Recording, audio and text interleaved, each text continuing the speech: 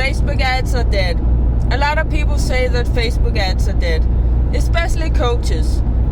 And some of them have never even tried it. But some of them have tried it once and spent maybe a little bit of money, and then it didn't work out, and they say Facebook ads are dead. But really, there's just as many ways of running Facebook ads as there are people in the world almost. And Facebook changes all the time. And you can use Facebook ads for any business and be successful if you do it right. You have to do it right, and you have to be willing to test and spend money on it also in order to test different things, because it doesn't come on day one. For some people, if you're lucky, it may do.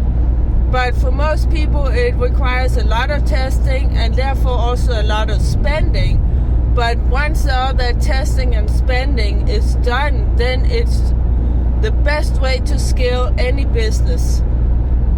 Because you can scale your business with the organic marketing and doing outreach and posting.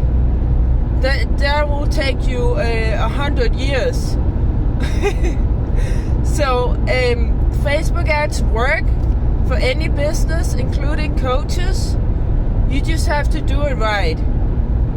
Hope it helps. Comment below and follow me for more.